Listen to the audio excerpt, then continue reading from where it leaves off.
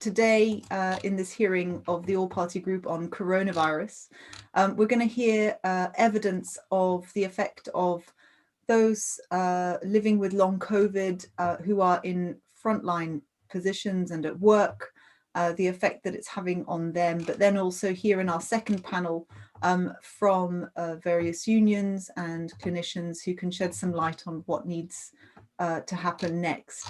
So in this first 45 minutes, I'm delighted to have with us, for the first time, we have Sophie Evans. Sophie is a 28-year-old NHS midwife and A&E nurse.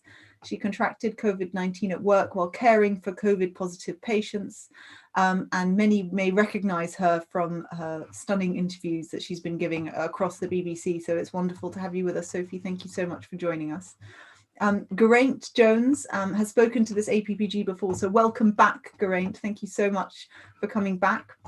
He's an advanced pharmacist specialising in HIV and home care, and Geraint continues to live with long COVID. Thank you so much again for sparing the time.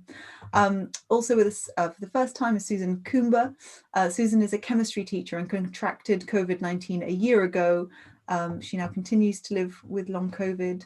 And finally, Professor Trisha Greenhalgh. Trish is a professor of primary care health sciences at the University of Oxford, a constituent of mine, and very proud that I'm her MP.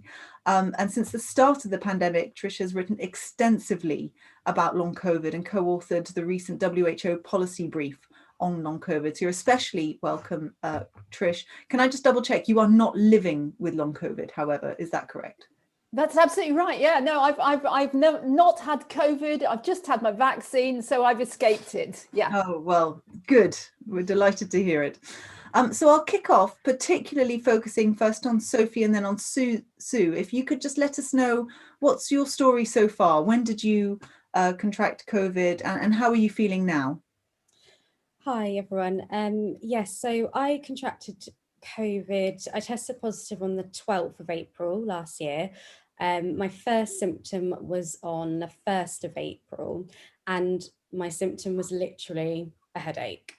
That was it. I just thought I was tired. I was working a lot of night shifts. It was incredibly busy, as you can imagine. So I just took some paracetamol, thought it would be okay, woke up the next day. I couldn't tolerate any sort of light, so couldn't look at my phone, couldn't look at the sunlight. And I thought, okay, obviously not just a headache then. I somehow made it to work the next day, I don't know how.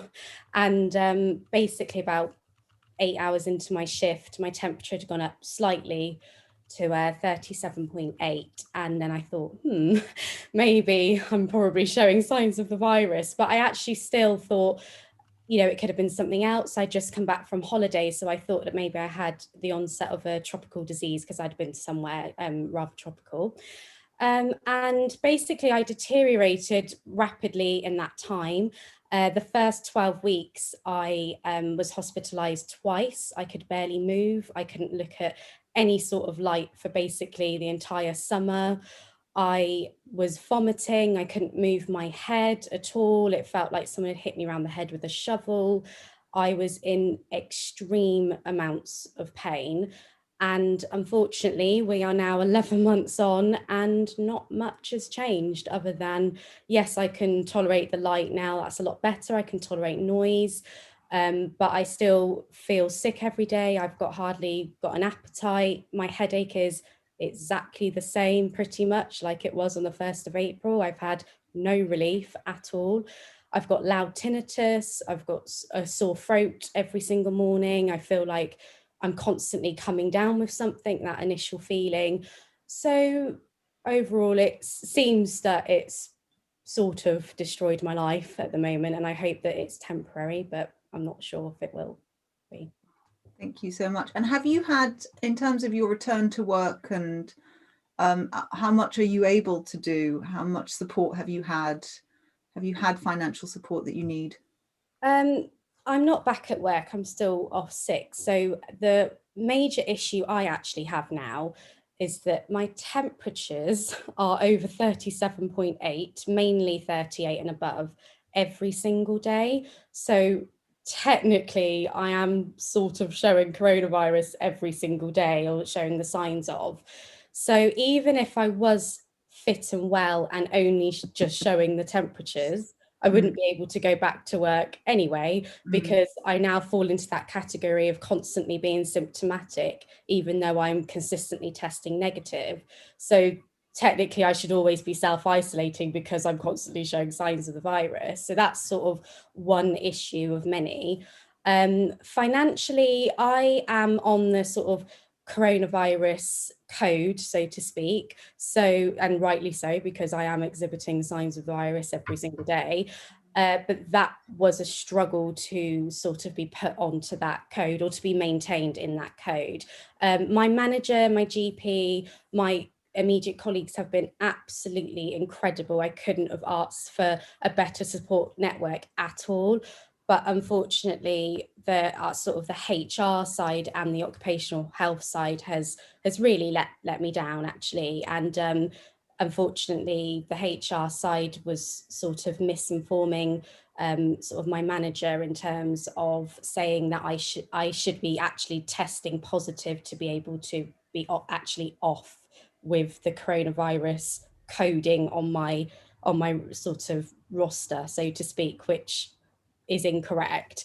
But that's just sort of one of many issues that I've had. So whilst you're desperately unwell, you're having to sort of fight against a system that's not set up to help people like myself.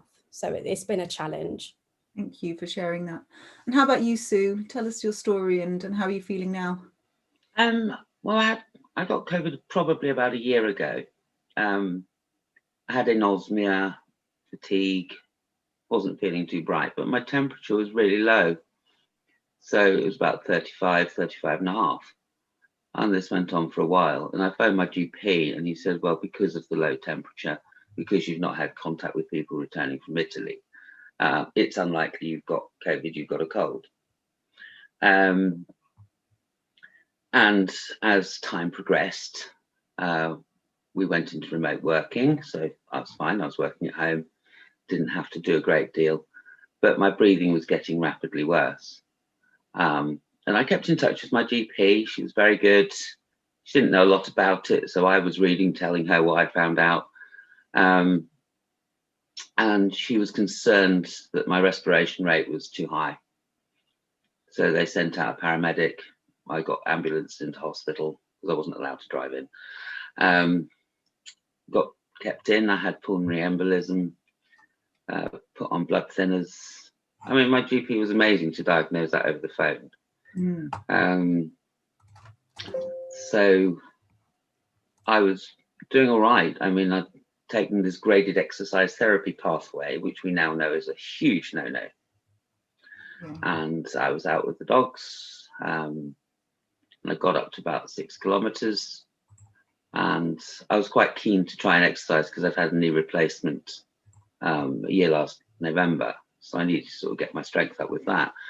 And I was on the phone to my manager, looking forward to returning to work on Monday. Brilliant. The following morning, I couldn't get out of bed. And since then, it's just up, down, up, down. And on a good day, I'm about 70% of what I used to be. On a bad day, well, it's very bad.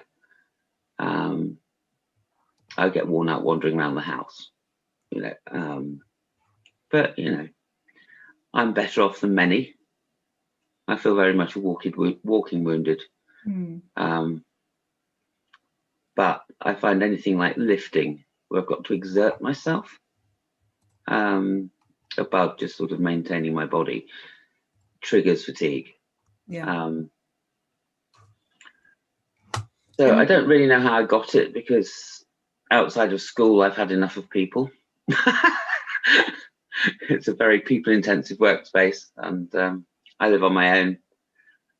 I do my weekly shop at Waitrose about 7-8 o'clock at night, so there's not many people in the shop. And I just don't know where I got it from. I find it quite frustrating. I don't live with the severity of the symptoms that others have. But it's very frustrating for me not to be able to get on with my normal life, which is gardening, decorating, laying patios, being very outdoorsy. Yeah. And it's really quite frustrating. And my concentration is not that good. Oh, forgive me. I didn't mean to interrupt you. How has it affected your ability to, have you been able to go back at all? How has been the response of HR and? Right. Well, I started back on a phased return on the 18th of January, when I was feeling a bit more reasonable. But over half term, I took a massive dip. And they decided last week that I was, a week before last now, that I was unfit for work in the physical environment. I did go in for a day, got sent home at lunch. It was just the sheer physicality of walking around to school, going up and down the stairs. That was the trigger. Occupational health had been marvellous, actually. Very understanding, very clued up. I had an OH appointment this morning. So it's a bit of a full-on day for me. But they've recommended another return to work on phased with accommodation for 6 weeks. And I've yet to hear the school's response from that. My GP has been great. She's done her best to keep up with what's going on, but she's obviously got lots of other things to think about. Always there if I need an appointment. I'm very supportive in the limited way that it can be supported. HR, on the other hand, at school, bless her socks, love her to bits, but she still thinks that the doctor can cure me, that the doctor can give me a medication that's going to work. And okay, I now have hypertension, which I've never had before, and I have medication for that.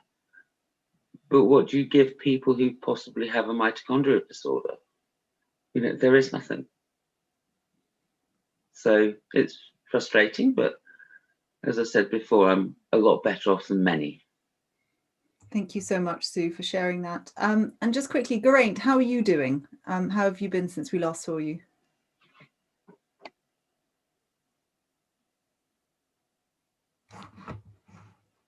Hiya, sorry.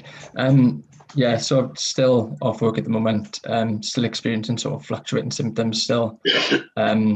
So like Sue, cough, palpitations, my abdominal pain and diarrhea has kind of flared up again over the past couple of weeks or so. It's just that kind of this relapsing and remitting type pattern that everyone seems to be discussing, but we don't really know when it's going to end or how it's going to end, to be honest. So yeah, it's kind of pretty much the same pattern really, with the same symptoms, just a few months since we last spoke. So yeah, nothing's really changed, to be honest. Well, I'm sorry to hear that, genuinely. Well, thank you for joining us again. So I'll now pass to Caroline Lucas. Thank you very much, Chair. I wanted to pick up actually on that whole issue that you have been describing, the relapsing, remitting nature of the illness. You've all touched on it. I don't know if there's more that you wanted to say about that. Ultimately, I wanted to ask Professor Greenhow about the clinical perspective on this remitting nature of the disease. But did Sophie or Sue or Geraint want to say anything more about, I mean, does it literally change from day to day? Can you get a sense in advance that it's going to change? Or is it just utterly, Sue, maybe? Yeah, I get very fizzy muscles.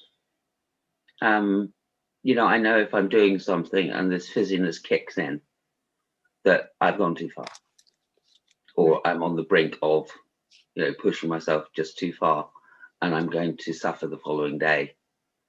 And it's quite useful to know when I have to rest. And if you take action quick enough, can you avert the relapse that will be on its way? The depth of the relapse is the thing.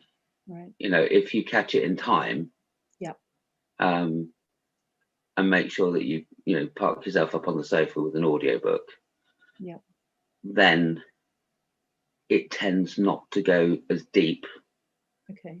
As if you thought, oh, I feel brilliant today, let's go and do 2 miles. Yeah. Well, it's peanuts, but yeah, and you find yourself a mile out from home. Yeah.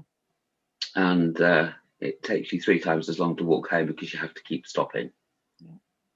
And then it really kicks in. Yeah. And Sophie, is that your experience as well? That kind of, do you get any warning? No, so mine's a little bit different because thankfully I don't have the fatigue side of it. For me, it's just the severe pain in my head. So when I wake up in the morning, there is sort of no early identification as to what sort of day I'm going to have, because most of the time it's pretty much the same. I'm just in extreme amounts of pain, mainly with my neck and my head. And then on top of the being symptomatic of the high temperatures as well. So when it is sort of cold now, but when it was snowing, for example, I could have easily been out in a strappy top and some leggings because I'm so hot all of the time. And pre-COVID, I was that person that would be, you know, hat, scarf, gloves, thick coat on, going to bed with a hot water bottle. So if you sort of look at me pre-COVID and how I am now, it's just totally different. So yeah, for me, I don't really have that relapse remitting sort of issue, because for me, not much has changed in the 11 months. It's an odd one. Okay, thanks. And Geraint? Yeah, like I kind of touched on previously, really, is just like my presenting sort of illness was abdominal pain and diarrhea, really. But again, out of nowhere, then I had this chest problem, and then it was my heart, and then kind of that subsided a little bit. Then my stomach flared up, and then the palpitations were back. So, like we said, it's kind of just this up and down constantly, and knowing about what symptom you're going to experience next. I've had a couple of weeks. Back to work at all in between times or not? No, to be honest, I don't think I'd even mentally or physically be able to cope at the moment, which kind of does leave me in a bit of a position where will I be able to do the job that I previously was doing?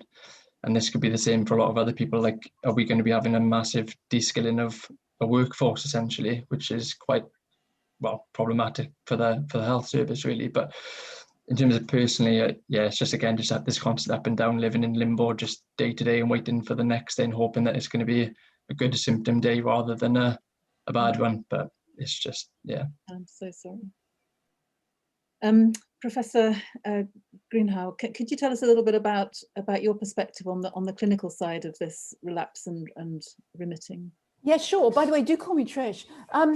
First of all, I'm not currently in clinical practice. I'm full-time academic, so I'm not seeing patients with long COVID in the capacity as a doctor.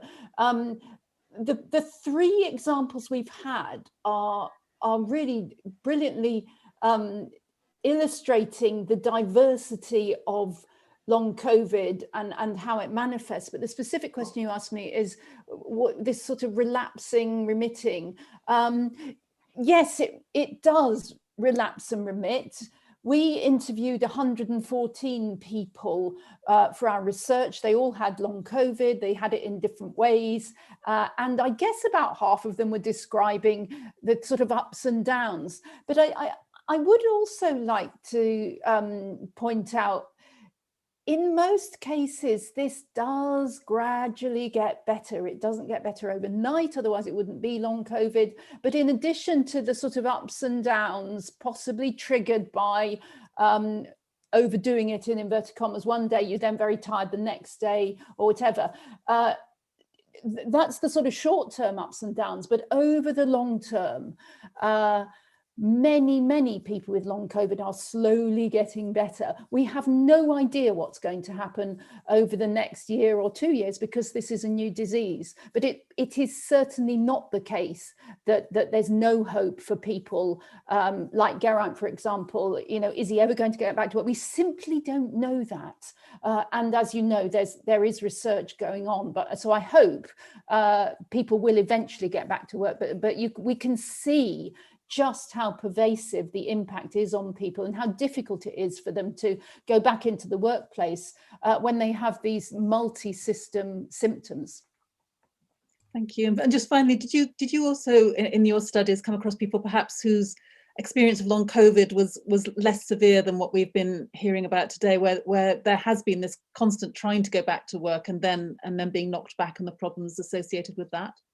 Yeah, but I mean, I would say people are getting back to work. Some people are getting back to work, and I would say the thing that it helps them more than anything else is flexibility in what used to be known as phased return to work. I guess it still is, but 6 years ago I had breast cancer, I had some time off for chemotherapy, all that kind of thing, and then I had a phased return, and occupational health were fantastic, 4 hours, and then go home and crash out because you're so exhausted after, because you've had a severe illness. And it's that flexibility to do a short period back at work, and then build that up in liaison with HR and your line manager and all that kind of thing. And I think one of the things we need to kind of really get our heads around is, how do you do that when these people have generally had very full-on jobs, either as school teachers or pharmacists, doctors, nurses, and that, I think, is what we need to get our heads around. How are we going to do the phased return? Thank you. Thanks, Leila. So much. Lord Strasburger. Thank you, Chair, and good morning to our panel. My question is aimed at the three of you that are suffering from long COVID.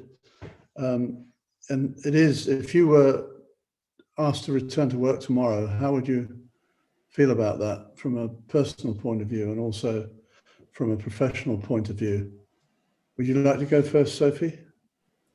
Hi. From a personal point of view, I would be absolutely elated to go back to work. I would love nothing more than to be able to go back to a job that I very much enjoy doing and have enjoyed doing for the duration of the time I've been doing it.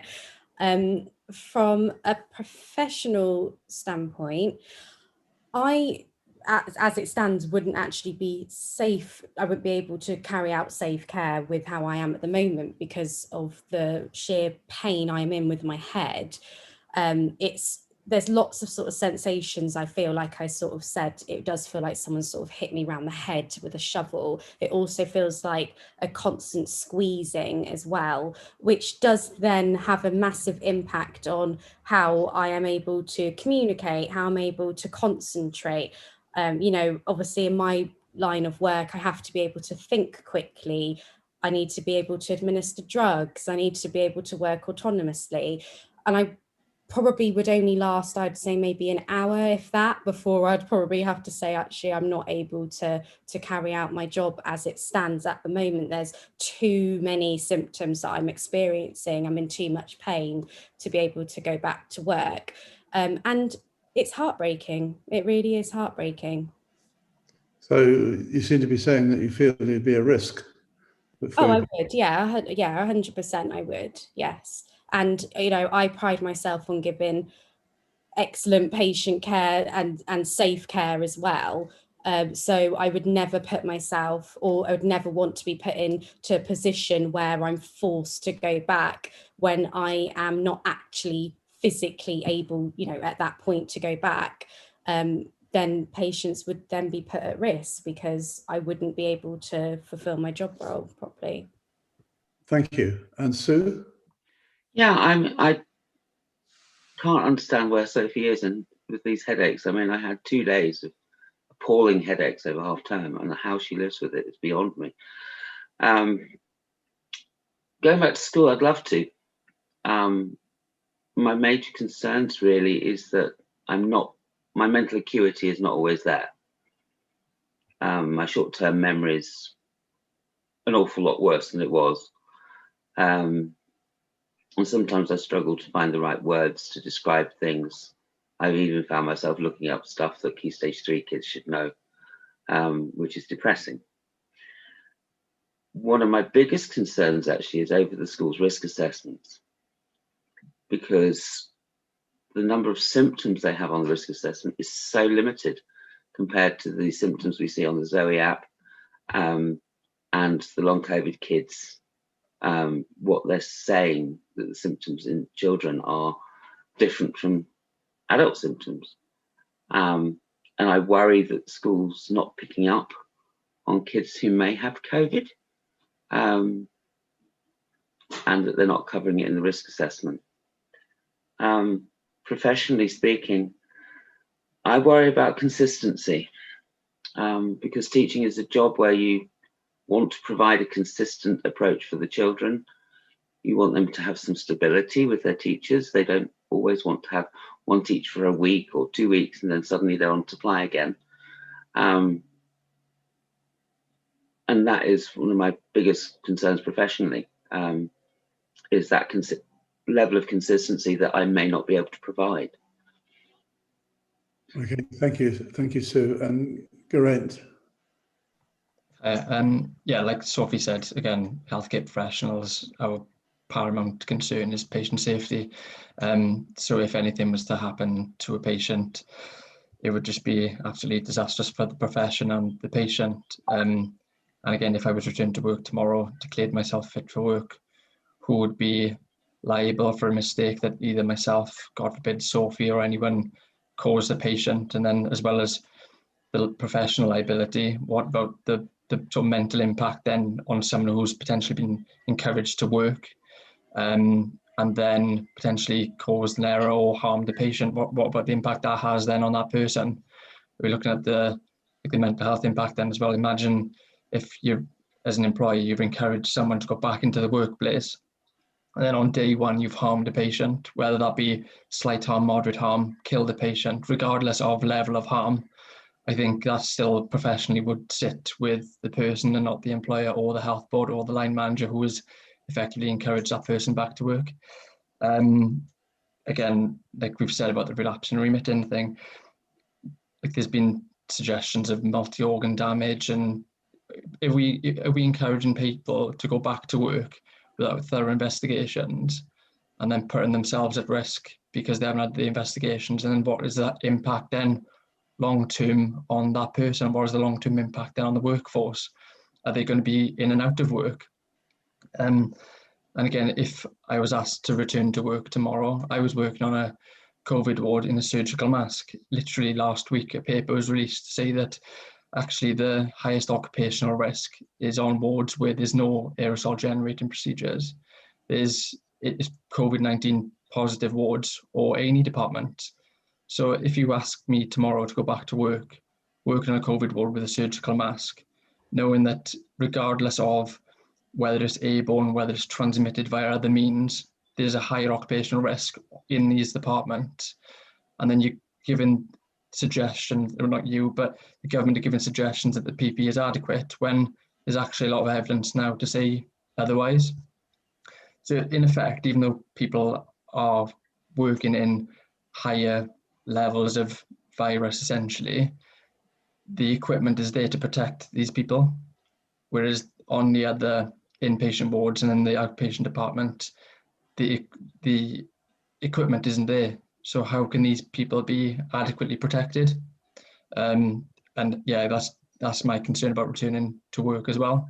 About if I was asked to go back and work on a ward, just put myself at risk again for a second time, or potentially a third time or a fourth time as the weeks progress. Yeah. So be a risk for you and a risk for your patients, that's what you're saying. Well, a risk for my health, obviously, which you kind of accept as being a healthcare worker, but also professionally, the risk of if we were to make an error and the impact then on the wider public or the wider profession or even the department or the hospital is it's not just as simple as going back to work and doing your job. That is a healthcare professional, but there's a lot of things to consider. Yeah, I can see it's just not on, is it? Back to you, Chair. Thank you so much. Lord Russell. Yes, I'm going to ask a question about long COVID clinics. You'll have seen the government has belatedly recognised the condition that each of you has and has set up these clinics. Just briefly, have either Sophie, Sue or Geraint, have you actually visited or got an appointment to go to a long COVID clinic? Sophie first. No, I do not have an appointment to a long COVID clinic because there is none in my area, which is frustrating when you suffer every single day for 11 months of long COVID. And believe me, I have tried.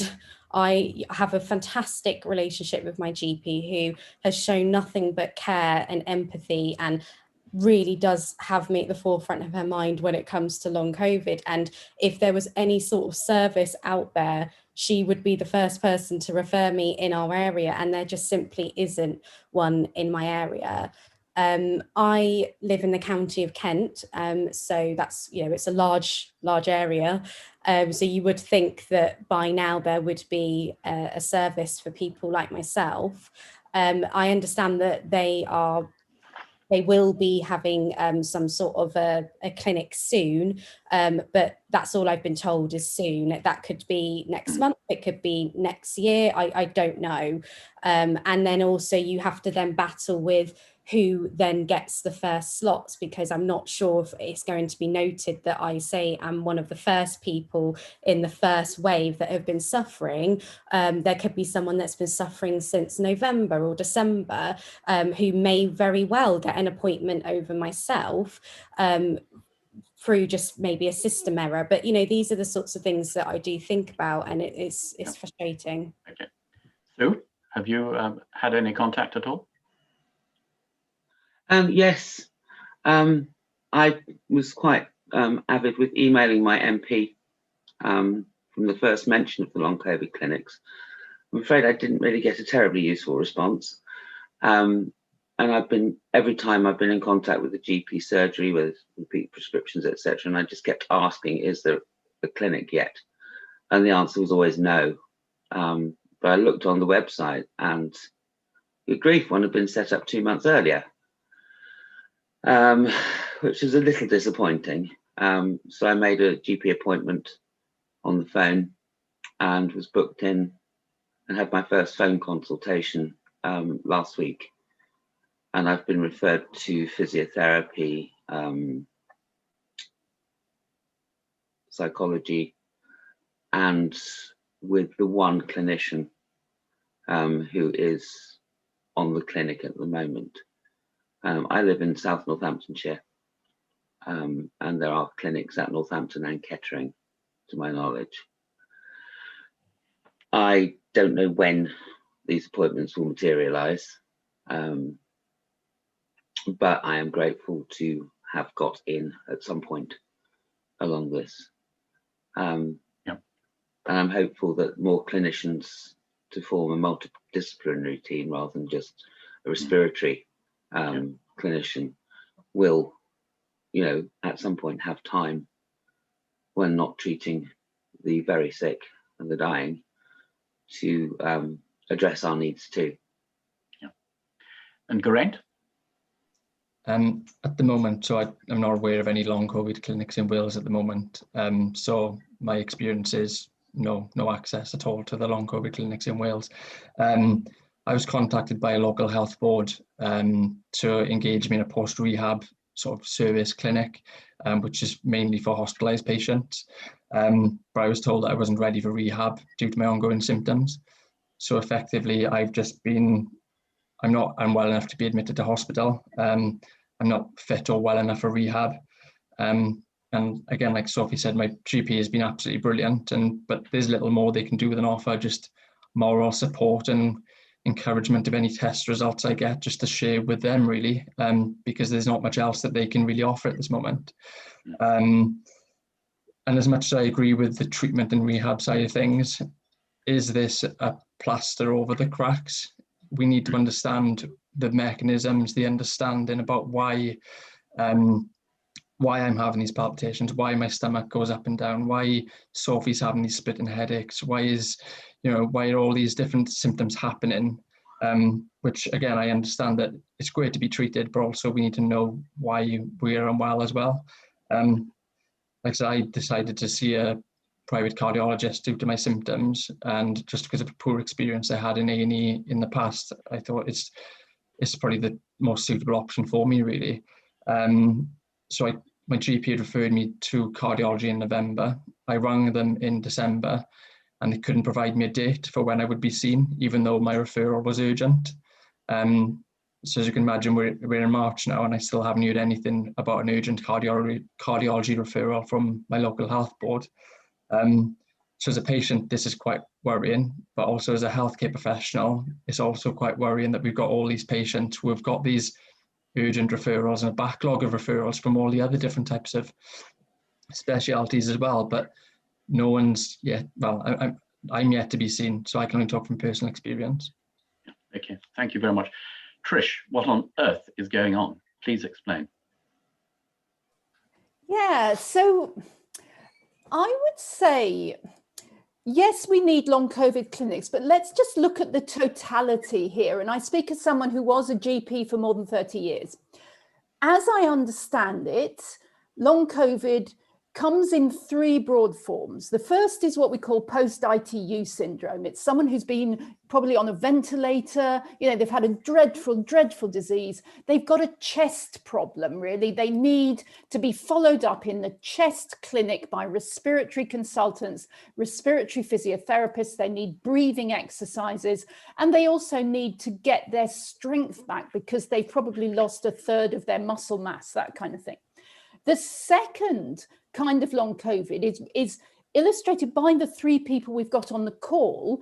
It takes many different forms. It often follows a relatively mild initial illness, but it's not that mild, as they'll tell us. And you get this fatigue, brain fog, possibly a fever, though that's not all that common, possibly a persistent cough. And it's as I say, it's a general multi-system exhaustion, etc., etc. I personally believe that group are mostly slowly getting better, but it's taking a long time. They may need tests to exclude underlying pathologies such as pulmonary embolism, such as the heart question that Geraint is quite rightly concerned about. You know, can I have some heart tests? I've got, you know, chest symptoms, etc., etc. But in general, these people may not need an extensive workup in terms of scanning every bit of their body, etc. And in fact, they may need to be protected from excessive workups if they are getting better. The third type of long COVID is the bit that overlaps with chronic fatigue syndrome and ME. And I think that's a sort of difficult one because some people who've got that actually already had ME type symptoms before they got long COVID, but now it's just made those worse. Now, most of the second and third groups, the reality is they are going to be managed in primary care. They're going to go to their GP, and the rehab that they get is probably going to be in community clinics because we simply don't have the capacity in long COVID clinics to see all those patients. But also, if you are not in the extreme end of long COVID, you don't need it. In fact, you need to be protected from too many investigations, etc., etc. We need to strengthen primary care, and we need to strengthen the referral pathways and the testing. And we've just had a brilliant example of this from Geraint. You know, went to the GP wants a cardiology assessment, but the appointment hasn't come up. So this isn't about setting up a separate system of tests and referrals. It's about strengthening the system that we've got. And those of you who've looked at healthcare systems, I know there's several people on this call who are quite, you know, expert in this. Vertical disease programs often denude the existing healthcare system of its staff, its resources, etc. So I would strongly encourage you to think of long COVID as something that should and will be seen and managed within the main bits of the NHS with specialist long COVID clinics as a component of that. But we also need to think, hang on a minute, why is it taking so long for a GP referral, for a cardiology assessment, you know, to just get the patient seen? Okay, thank you very much. Back to you, Leila. Yeah, thank you so much. And Trish, carrying on with you, I mean, the long COVID groups have long called for a registry. And so far the government hasn't been forthcoming. There's been a bit more money for research, which we welcomed, although we argued more is always good. We are concerned that it's not recognised in this country at all as an occupational disease despite the fact that we think it should, in the same way that France and Spain and others have at least recognised it for some groups. But the registry part seems to be, no one seems to be picking that up. How important is such a registry for the work that you do and the work in strengthening that primary care response? Yeah, I'm not sure about registries. What I do think, it's an absolute no-brainer that you cannot understand any disease until you know its natural history. Now, let's be clear, there's already a lot of ongoing research to monitor and count long COVID. There's the Leicester PHOSP study following people who've been in hospital. And then there's a new study that's recently funded, led by Nish Chaturvedi at UCL. I think Ben Goldacre in Oxford is involved in that. There's the King's symptom study through the Zoe app. So there's lots of different studies to look at the natural history of long COVID. Let's also be clear that the long COVID online groups are fantastic, and I've worked with them and we've published with them, but they don't represent everyone with long COVID. They're very skewed in favour of university educated, fairly young white women. And I'm actually glad that the patients you've got on this call are a little bit more representative of the people who get COVID. We know that COVID disproportionately affects men, minority ethnic groups, and actually also people from less educated backgrounds.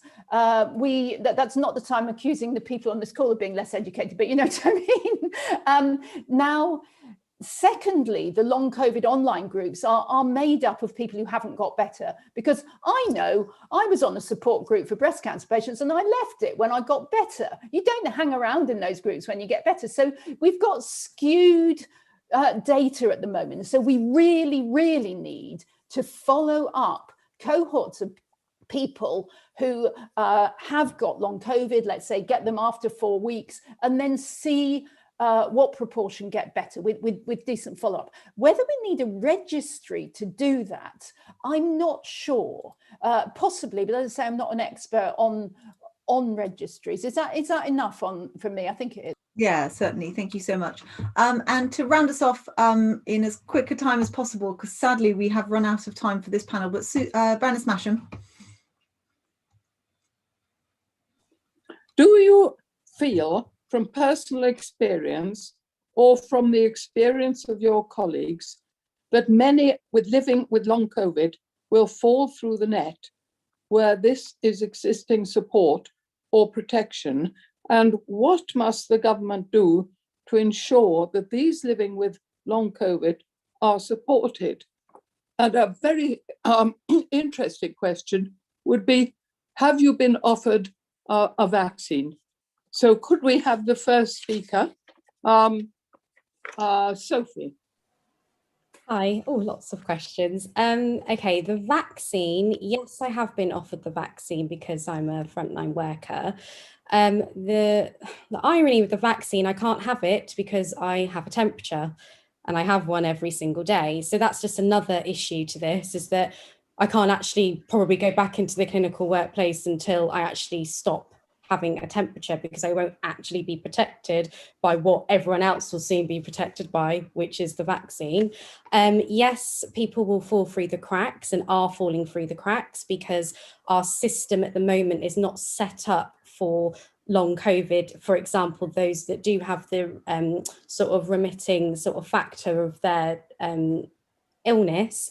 So, for example, I think that there should be a specialised pathway for anyone that has long COVID. Their employees should have almost like an ongoing workforce document for those that are on long COVID, so that if that's identified, as soon as it's identified, then they know automatically, okay, let's check in with that person a little bit more often. When they do need to come back to work, what can we do to flexibility and, you know, how to support them appropriately. We know that they might, for example, their first day might only be 2 hours, whereas like what Trish said, her first day was 4 hours. So what can we do to suit those individualized needs is what needs to happen, and that is not what is happening.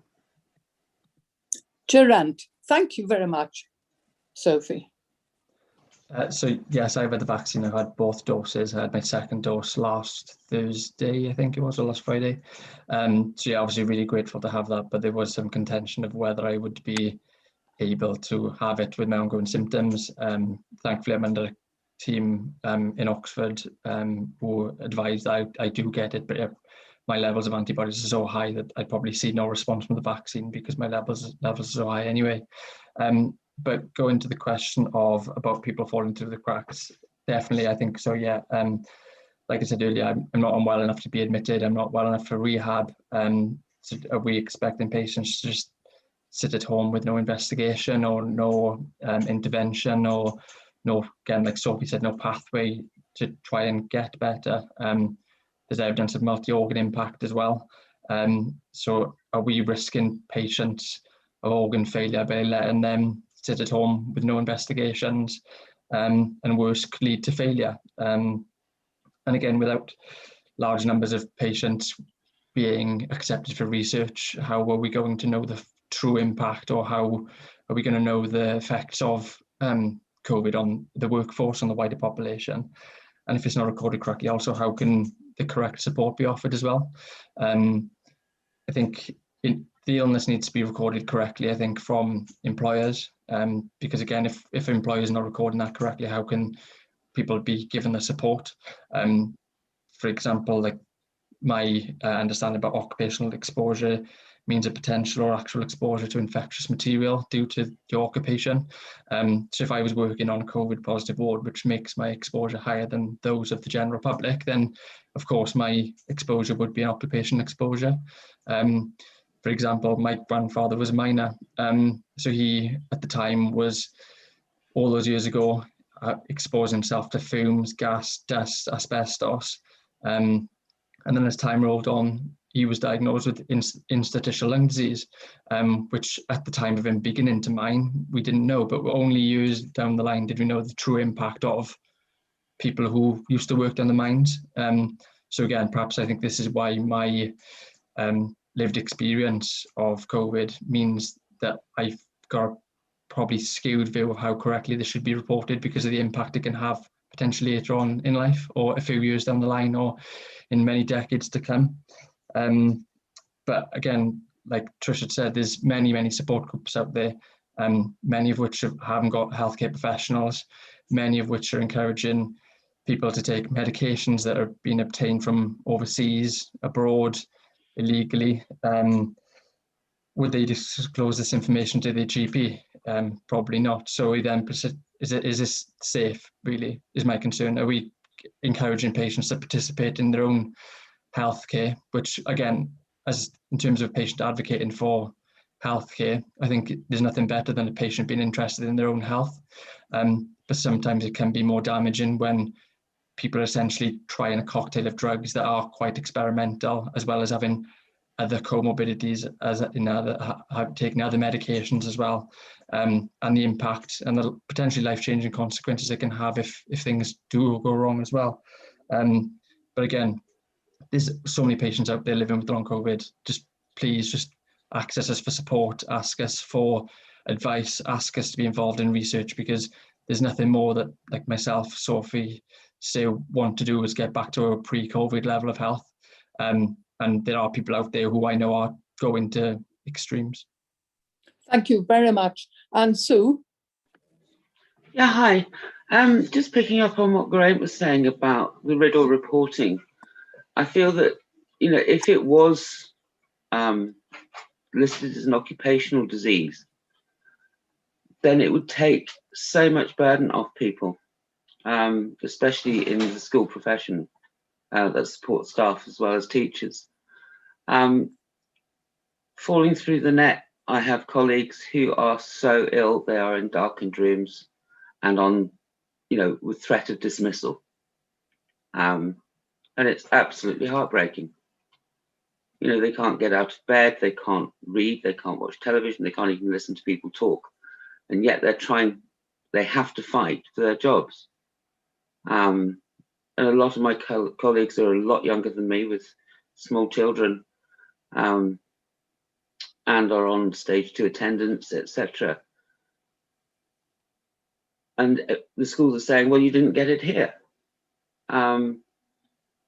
So adding it as a occupational disease for many key workers in different professions would be so beneficial, especially for their mental health and obviously well-being. Another group who are disproportionately affected are supply teachers. A supply teacher has no recourse to sick pay. If they can't get up to go to work, there's no money coming in. So there's quite a few people who are falling through the gaps through no fault of their own. And that's just a real worry. And I think the other thing, sorry, please butt in. No, sorry, no, I was just going to reinforce your point about saying about where people actually acquire the infection. Like, for example, I was told that I could have got the infection from a supermarket by my seniors, even though I was working on COVID positive wards. So again, yeah, I fully understand that it is a complete disconnect about people acknowledging where the infection was even acquired, even working in the settings themselves. So yeah, I completely sympathise with that point. Yeah, completely. Sorry. No, it's fine. We did a survey on the Teachers with COVID group, and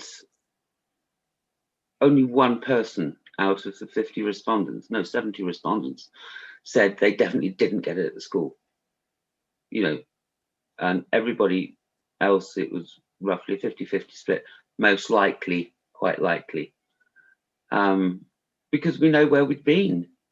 You know, if we hadn't been to a supermarket in the preceding week, if all we'd done was go to school and maybe walk our dogs, you know, it's very, very probable.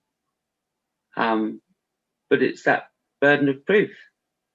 And the riddle guidance does say most likely, but schools are not taking that on board to some extent. I mean, I'm on half pay now,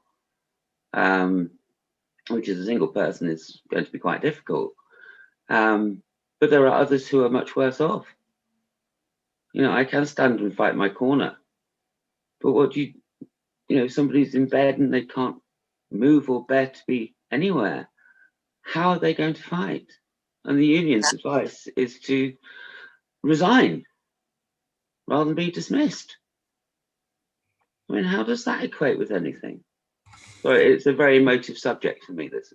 Yeah, thank you, Sue. And on that note, we do need to move on now, I'm afraid, Baroness Mashin. I'm so sorry, I'm going to have to cut the question. Can I just say they've been brilliant? They have been absolutely brilliant. Very much. No, thank you so much, all of you. We are because we were going to now move on to talk to said unions, and let's ask that question that you've posed, Sue. I think it's really important. So Sue and Sophie and Geraint, an enormous thank you to all of you for sparing the time, especially given your conditions and everything else we're going through at the moment. We don't take your time lightly at all. Thank you so much. You are very, very welcome to stay and listen to the second half. Trish stays with us for the second half, and it's a delight to also welcome from NASUIT Teachers Union, Wayne Bates. Wayne is a national negotiating official for NASUIT, the Teachers Union. His role includes negotiating with some of the largest multi-academy trusts and the governments of Jersey, Guernsey and the Isle of Man. He has also national oversight for health and safety, so very well placed to discuss some of these things. He also taught physics for 13 years in a large urban secondary school, so from one physics teacher to another. Hello, thank you for being with us. And from the British Medical Association, we have Dr. David Strain. He is a senior clinical lecturer at the University of Exeter Medical School, an honorary consultant in medicine for older adults, head of the academic department for healthcare for old adults, and co-chair of the BMA's Medical Academic Staff Committee.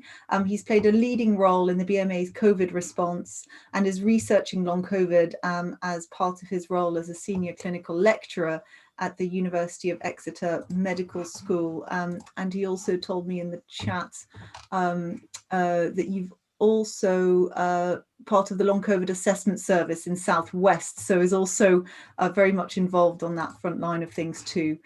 So thank you both for joining us, really very much appreciated. And I suppose the first thing I wanted to ask was, in terms of the APPG has been calling for the government to launch a compensation scheme for frontline workers, for people like Sue who are now on diminished pay. We've also heard from other frontline workers who have lost their jobs completely. David, can you explain the reasons why the BMA supports this and what the implication of such a scheme would be for your members? And to the others, why is it that those with long COVID should be financially supported? David. Thank you, and thank you for the opportunity to talk here. So from the British Medical Associations, we've seen lots of our members, similarly members from the nurses, from the therapists, right across the hospital have been exposed to COVID as part of their day-to-day duties. Very early on in the pandemic, as Trish has already highlighted, that we identified those at the highest risk of developing ITU and ending up dying of COVID, but early on we didn't know about this instance of long COVID. As a result, we have been putting those who got a lower risk of dying very much in the front line, and it turns out that they are being far more affected by the long COVID. We are seeing younger, fitter, healthier people whose lives have been ruined, and I've just been listening to Sue, Grant and Sophie's stories. It reflects a lot of what I'm seeing in clinical practice as part of the long COVID clinical service. And we are seeing healthcare workers being disproportionately affected. This is not just doctors, this is all healthcare workers. In our service, 10% of our referrals are healthcare workers who we are confident have contracted this as part of the day job, trying to look after these patients. As such, we feel that they are appropriately supported. And let's say this is, when we're talking about a compensation scheme, we are talking about for people like Sue who are not earning their money, who are not earning their salary as a result of the job that they have done looking after people with long COVID. It's particularly pertinent for those who have been treated earlier on in the pandemic when personal protective equipment was not available. When it was available, it was not fit for purpose. I, like 5 members of my team, caught long COVID using the WHO recommended PPE, caring for patients with COVID at the time.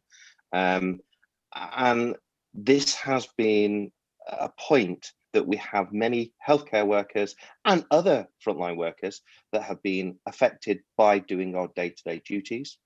They therefore need to be supported in order that they can have their phased return. And like Trish says, many are returning back to work. This is not a lot, hopefully, where this is not going to be a in perpetuity effect, but until they get that phased return rather, we don't feel people should be balancing the half pay that Sue is experiencing at the moment on top of all of their other stresses, while they are desperately trying to get back to the job and the work that they love doing. Thank you very much. Wayne. I think there's a few aspects to this. I think primarily one of the issues is, and Sue really summed it up really well in the way she talked earlier, particularly around employers refusing to accept that there is any possibility that the virus was contracted in school. We're seeing that all the time. Now in the teacher's contract, there's a document called the Burgundy Book. And in the Burgundy Book, it does contain enhanced sick pay for teachers who contract infectious diseases whilst at school. Of course, going back to what I just said, schools are denying that there's any possibility that the virus was contracted in school. So therefore, teachers who are suffering with long COVID, they can't access that enhanced sick pay through the Burgundy Book. And we're seeing now staff coming through, teachers coming through, members coming through, where they're at risk of dismissal because they've been off for so long. They're going down onto half pay or even approaching zero pay. And there is also a huge variety in employers. Some employers are being very sympathetic. They are, extending sick pay provisions. There are, of course, employers at the other end of that spectrum that are seeing or treating this very, very punitively and are seeking to dismiss our members as fast as possible to try and get them out there, seeing them as a hindrance, a cost to their business that they need to remove as fast as possible. Having some kind of compensation scheme, of course, it doesn't, resolve the issue that response is inappropriate, to say the absolute least, but it would at least acknowledge that teachers were at the forefront, are at the forefront. David mentioned PPE. Of course, there is no PPE for teachers. Teachers went back yesterday, and I'm not sure there's many other workplaces where teachers will be, where the employees will be expected to be in a room with 30 other people for hours on end with virtually no protection at all. I know the government has introduced a recommendation for face masks for pupils, but they pretty much said that schools can't enforce that. So there is still that ongoing risk of infection for teachers. I'd say it's possibly greater than other workplaces, perhaps with the exception of healthcare workers, obviously. But certainly as the economy as a whole, I'd say teachers are more at risk. And teachers are falling ill, but they haven't got the compensatory schemes. They haven't got the fallback necessary for when or if they contract the disease and unfortunately then go on to get long COVID. So is it the change in the Riddle guidance that is the key thing here, Wayne, for you? Or is it broader than that? I think it's broader than that. Changing the Riddle guidance would help, but I think generally the number of Riddle reports has been extremely low across the whole economy, not just in teachers. So, I mean, there's kind of a bigger question there about the whole kind of response from the health and safety executive as well. Of course, right from the start, they've seen this as a public health issue and not as a workplace illness and not as an occupational illness. And that in itself has been a major issue. And also the fact that the HSE effectively downgraded it and didn't regard it as the most serious type of problem that people are facing.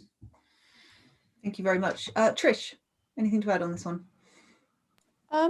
Yeah, I'm not an expert on worker compensation, on that kind of thing. I would speak as an experienced GP who signed a lot of sick notes in my time. Perhaps that's the way you should interpret this.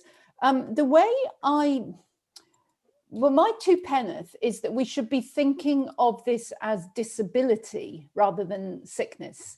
And the reason why I say that is that the definition of a disability is that you've got a physical or mental impairment, and that impairment has a substantial and long-term adverse effect on your ability to carry out normal day-to-day activities. So I've just read that from the Equality Act 2010, which was derived from the UN Disability Convention. Now, that includes long-term illnesses such as cancer or multiple sclerosis. And I think that rather than try and create some kind of unique set of provisions for people with long COVID, what we need to do is ensure that people with long COVID are properly treated in accordance with the broader rights of people with disabilities, not least because people with disabilities already have protection in law in most countries, certainly in this country, and that protection can be accessed immediately. Now, it is true that in practice, benefits for people with disabilities can be limited, they can be hard to access, but at least then there's a sort of known problem and a known set of actions that can be built on. Now, I haven't heard many people with long COVID and long COVID support groups talk about disability, and I absolutely get that being ill is less stigmatizing than being disabled, but the legal and financial protections come through the route of disability.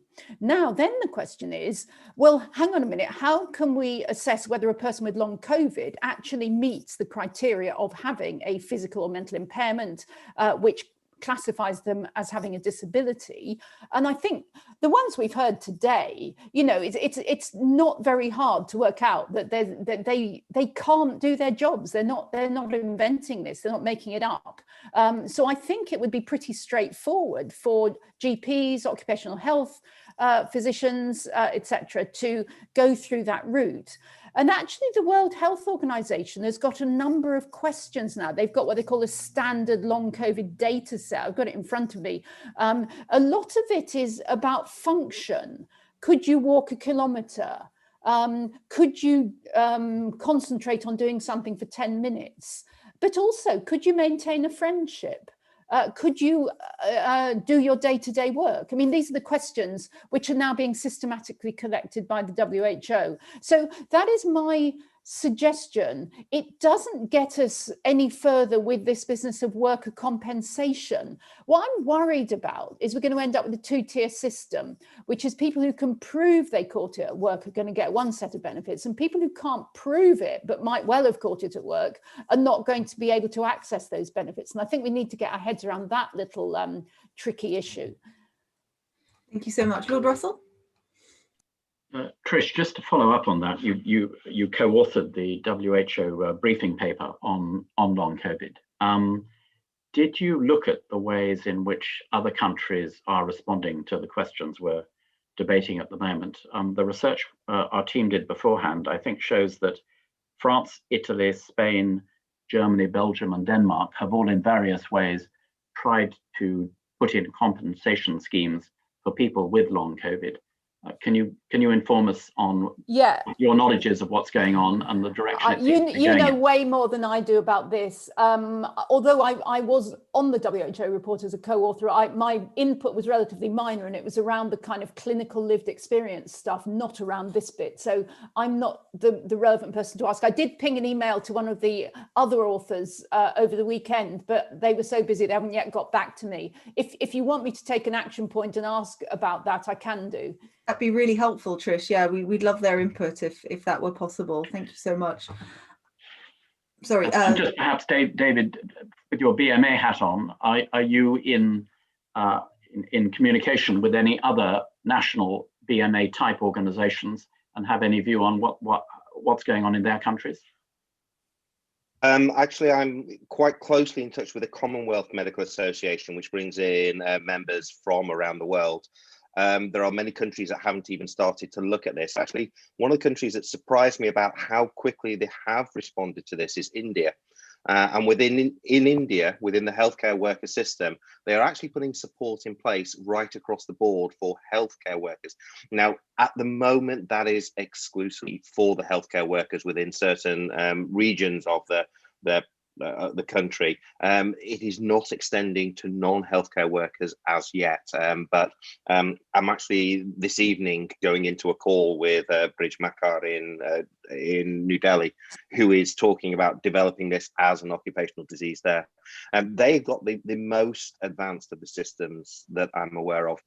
I have to admit there are many countries that aren't even as far along as we are in supporting people who've caught this occupationally. So just by virtue of this gathering, we are a long way ahead of some other places. Thank you very much. Well, if you pick up anything that would be of interest to our research team this evening from India, please can you forward it to the team? Wayne, is there any country that recognises it for teachers that we know of? Not that I'm aware of, no. Thank you. The other thing I wanted to ask, and this is perhaps for Trish, but feel free, Wayne and David, to chip in. We've had a lot of ministers suggest that we're just going to end up living with COVID a bit like flu, and that it's going to be something that sort of hangs around and we're going to have regular jabs. And I just wanted to ask, while we had Trish here, do you feel that comparison is a helpful one or not? Me, no. I think we've got into an awful lot of hot water by assuming this illness behaves like flu, and it clearly doesn't. I could expand on that, but we're already short of time. I don't think that's very helpful. Thank you. Do expand just a little bit more, because interestingly, the narrative that it is like flu seems to be going around like wildfire in Whitehall at the moment. Oh, right. Okay. Well, can you explain why? Yeah, dear Whitehall, show me someone with long flu. I've never seen anyone with long flu. And my goodness, as a GP, I've treated an awful lot of people with flu. Look, you get flu, you get wiped out, you either die of pneumonia or you get better. That's a little bit of a sweeping statement, but flu does not give you this protracted, post syndrome that we've heard about. It just doesn't do that. I mean, all right, someone will come up with one kind of rare case, 1 in a million, and yes, I'm sure that's the case. But this is completely different. Clinically, it's different from flu. Thank you. That's very helpful. Wayne, did you want to come in? Yes, I think Tricia has hit the nail on the head there, actually. I mean, before this, I've asked some of the multi-academy trusts that I deal with, what kind of figures are they looking at for the numbers of people that have had a confirmed case or been of COVID and are off on long-term sick, which is defined as more than 4 weeks. Now, I've only asked that recently, so I've had much response, but out of the couple that have responded, the first have reported that 5% of the staff that have reported a positive case are still off on long-term sick. And clearly, if that is replicated, and it's, you should, granted, we shouldn't draw firm conclusions from a single data point, but if that is replicated across the system, 5% of teachers and other education staff off on long-term sickness because of COVID is going to put an incredible strain on the education system. It'll also put an incredible strain on the people themselves, because they will come under pressure to return to work or to be dismissed as schools will try to manage the situation. Thanks. David, do we have any numbers from the BMA on this? Numbers of people off. We know at the moment, well, I mean, the simple estimate is it's about 10% of the population who've had long COVID, who've got COVID, have been left with some residual symptoms at 12 weeks. And that's from the Office of National Statistics. Of those, not all of them are off work. So about half of those who are with residual symptoms are in a position like Sue, Sophie and Grant, that they're unable to do their job in a normal manner at the moment.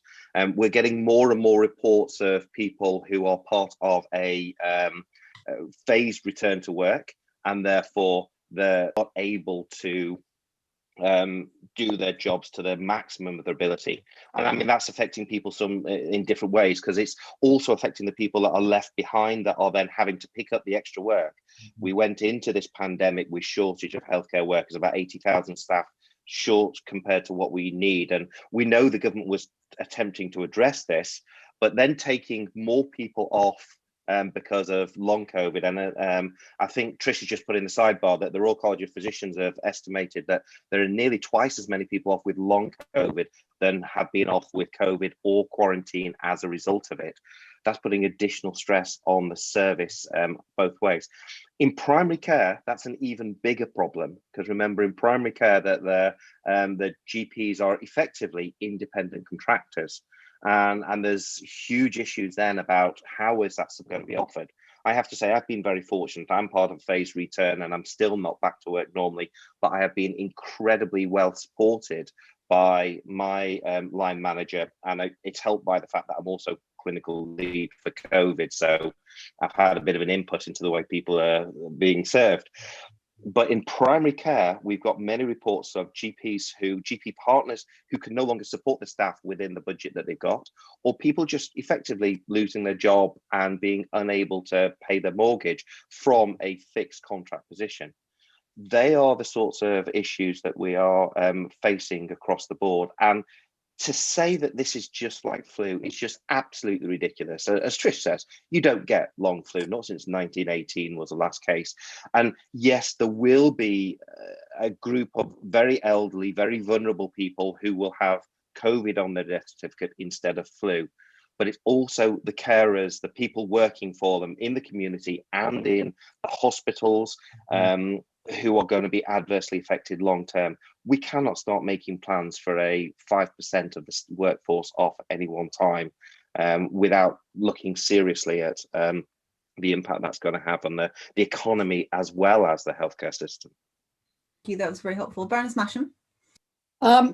In terms of returning to work, what are the key concerns of your members who have had COVID, and more specifically, those now living with long COVID? And surely safety for all should be paramount. Could we have David, please? Yep, that's a brilliant question, and the different elements we have to take in turn. So the first is making sure the safety of that person who's suffering this condition. Sue actually highlighted the very easy the timeliness that you get from this.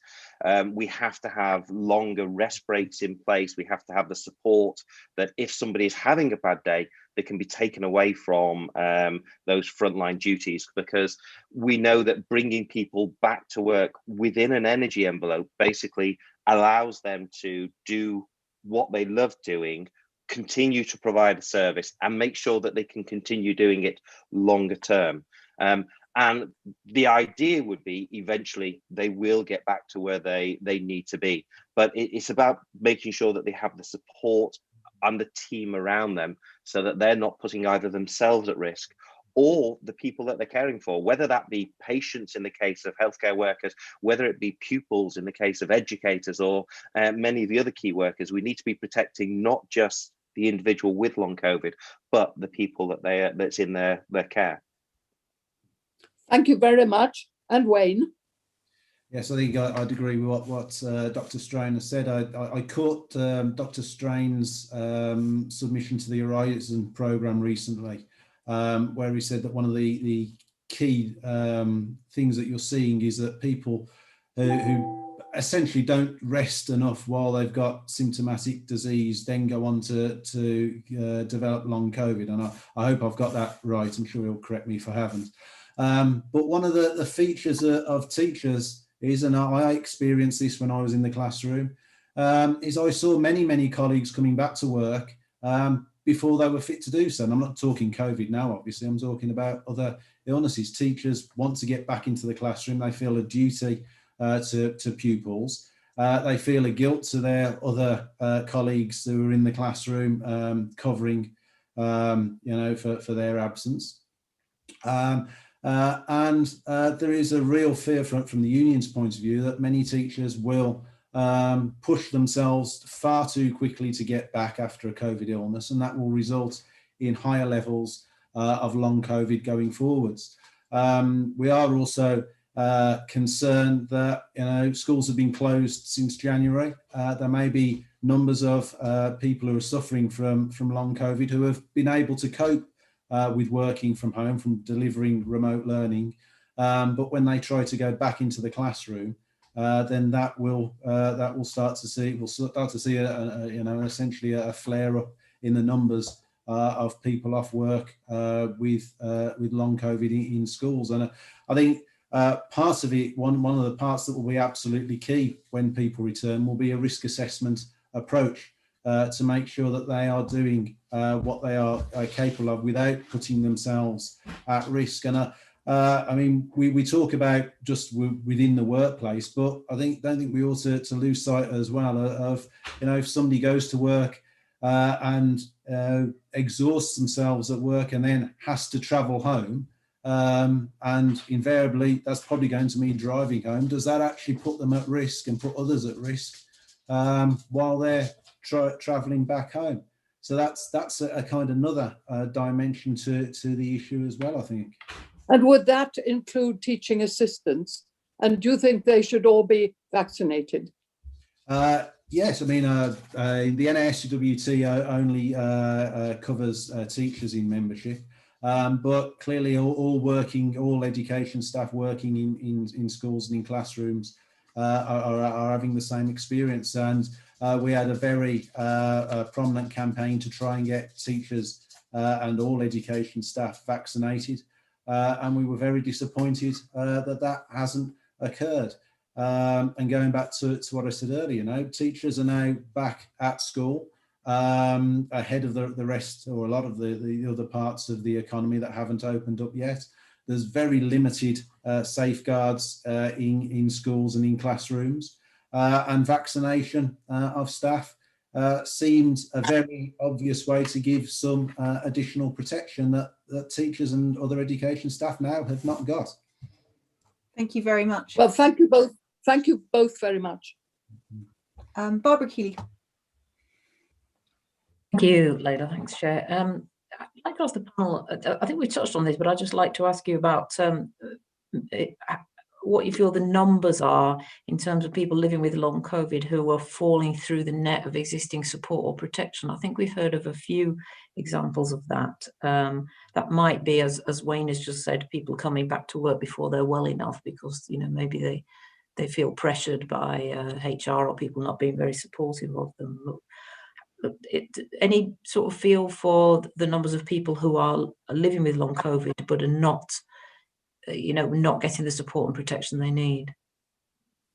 To answer that, the first thing is we really don't know how many people have got long COVID.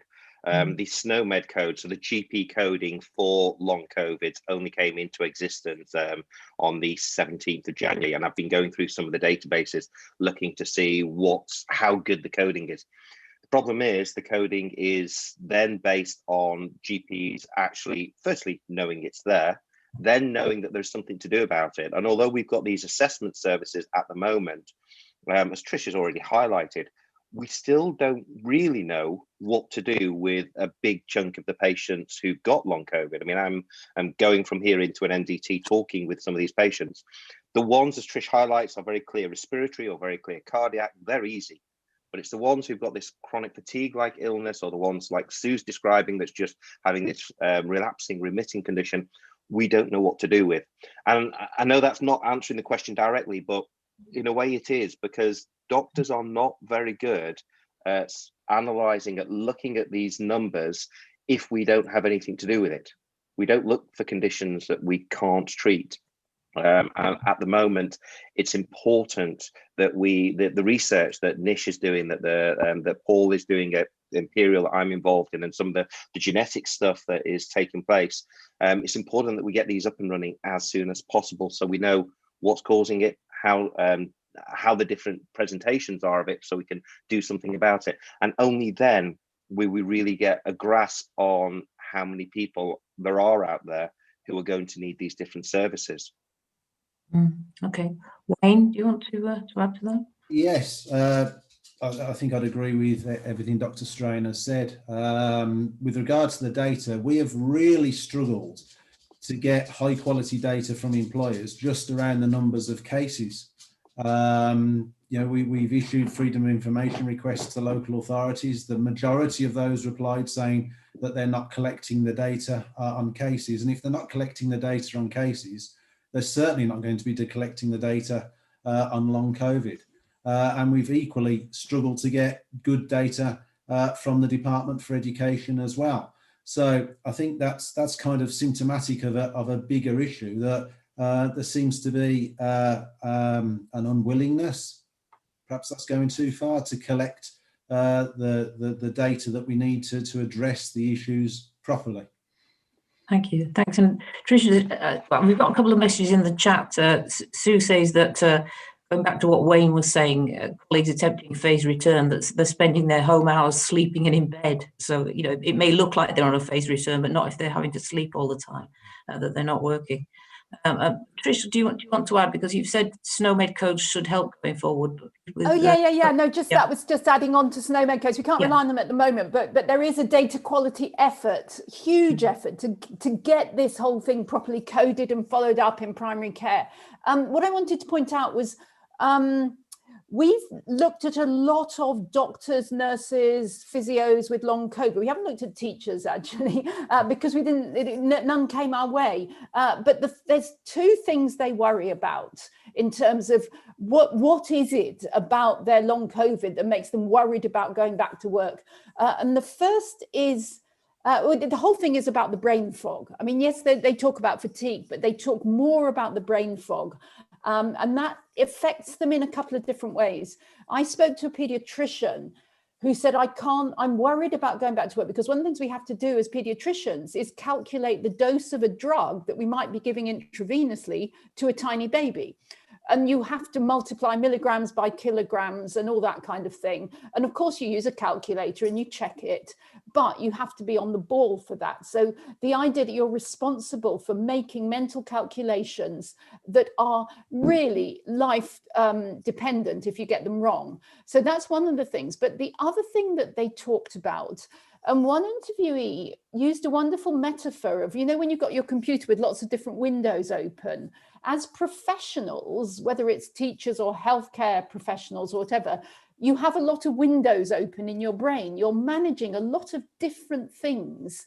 Even a teacher teaching the class is also worrying about kids' behavior. They're worrying about maybe there's a child who's a child protection case, all those kind of things. You have to keep all those plates spinning in your head, and they can't do that. When you've got brain fog, you can only focus on one particular thing. And I've got a member of my staff with long COVID at the moment, and he said, I can't do any Zoom meetings. I can't do anything that involves a team effort when you have to keep lots of different channels open. So I said to him, what can you do? And he said, well, I just want to work on one paper that I'm writing, and I want to be able to just do as many hours as I can and then go to bed when I'm tired. And I said, okay, that's fine. The problem with professional jobs is that we do need a lot of mental windows open often because you're processing multiple channels of information. So I think that is one of the reasons why professional people in particular are finding it hard to get back to work. Okay, thank you. And it certainly, Geraint, it underlines what Geraint told us earlier about the calculation and him, not wanting to kill a patient by through his brain fog affecting that. So thank you. Thank you, Chair. Thank you so much.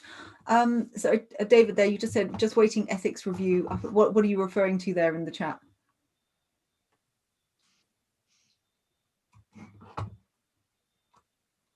Oh, I think you're on mute.